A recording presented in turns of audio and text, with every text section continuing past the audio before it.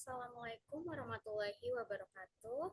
Perkenalkan, nama saya Fatia Anggraini Nasution, NIM 2802613561. Hari ini saya akan mempresentasikan hasil proyek kemarin dengan teman-teman saya. Yang pertama, saya akan menjelaskan latar belakang, yang kedua rumusan masalah, yang ketiga hasil temuan, yang keempat solusi, yang kelima kesimpulan, dan yang terakhir refleksi pribadi. Oke, mari kita lanjut ke bagian yang pertama, yaitu latar belakang masalah.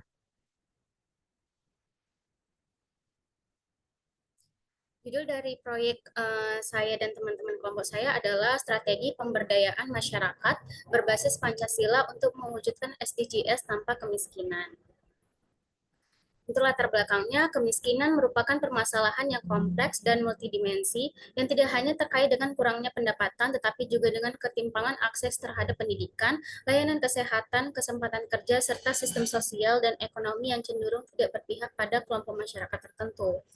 Sustainable Development Goals atau SDGs bertujuan untuk menghapus kemiskinan dalam segala bentuknya, menegaskan bahwa penanganan kemiskinan harus dilakukan secara menyeluruh, baik melalui bansos maupun upaya pemberdayaan ekonomi yang berkelanjutan. Namun, dalam praktiknya, kebijakan yang diterapkan seringkali berfokus pada solusi jangka pendek, seperti bansos, daripada membangun strategi yang dapat menciptakan kemandirian ekonomi bagi masyarakat miskin.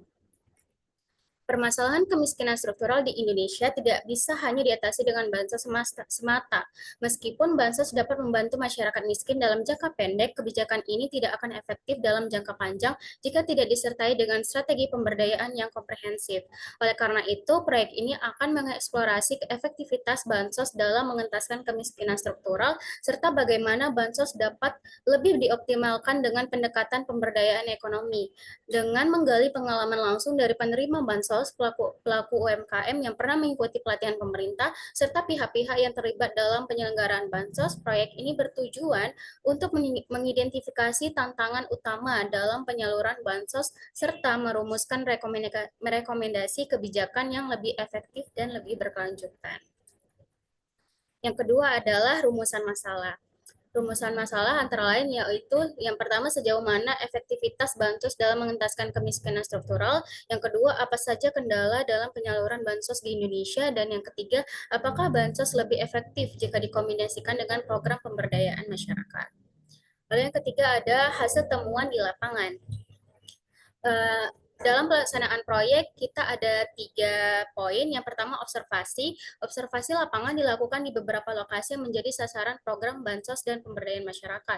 Yang kedua, FGD atau Focus Group Discussion, melibatkan beberapa kelompok penerima manfaat, pelaku UMKM yang pernah mendapatkan program pemberdayaan, serta pihak penyelenggara bantuan sosial. Yang ketiga, ada wawancara. Wawancara dilakukan dengan berbagai narasumber yang memiliki keterkaitan langsung dengan program bansos dan program pemberdayaan masyarakat.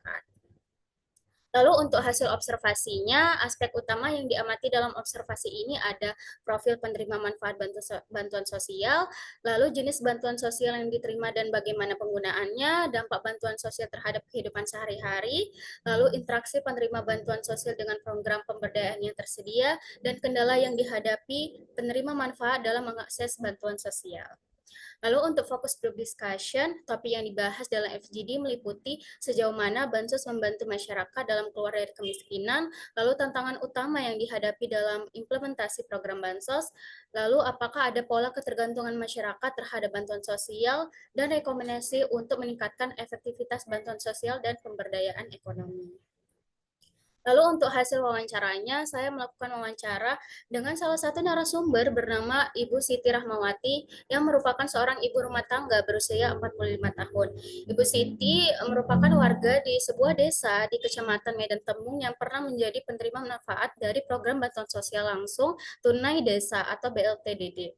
Selama masa pandemi COVID-19, dalam wawancara ini beliau menjelaskan bahwa bantuan tersebut sangat membantu untuk memenuhi kebutuhan pokok keluarga, terutama saat suaminya kehilangan pekerjaan karena usaha konstruksi tempatnya bekerja tutup sementara.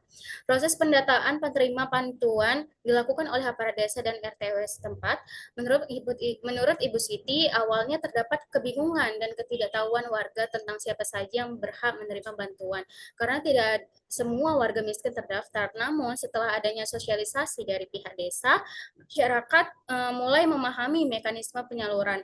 Beliau menerima BLT sebesar Rp300.000 per bulan selama 6 bulan berturut-turut yang disalurkan langsung melalui kantor desa.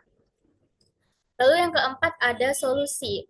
Solusi dari proyek kita kali ini adalah agar bantuan sosial lebih efektif dalam mengentaskan kemiskinan struktural, diperlukan perbaikan dalam sistem pendataan agar lebih akurat dan transparan, serta integrasi yang lebih erat dengan program pemberdayaan ekonomi seperti pelatihan keterampilan dan akses permodalan bagi penerima manfaat. Pemerintah juga perlu meningkatkan sosialisasi mengenai program pemberdayaan agar lebih banyak masyarakat miskin yang dapat memanfaatkannya, serta melibatkan sektor swasta dan organisasi non-pemerintah dalam mendukung upaya peningkatan kesejahteraan masyarakat. Lalu yang kelima ada kesimpulan.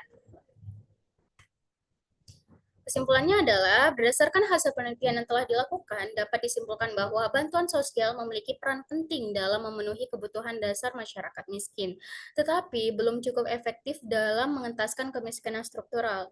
Bantuan sosial yang tidak tepat sasaran, kurangnya transparansi dalam pengelolaan, serta minimnya integrasi dengan program pemberdayaan menyebabkan banyak penerima manfaat tetap berada dalam kondisi ketergantungan tanpa ada peningkatan kesejahteraan jangka panjang. Oleh karena itu, untuk menciptakan solusi yang lebih berkelanjutan, bantuan sosial harus dikombinasikan dengan program pemberdayaan ekonomi yang mendorong kemandirian dan peningkatan keterampilan masyarakat miskin. Lalu yang terakhir ada refleksi pribadi dari saya.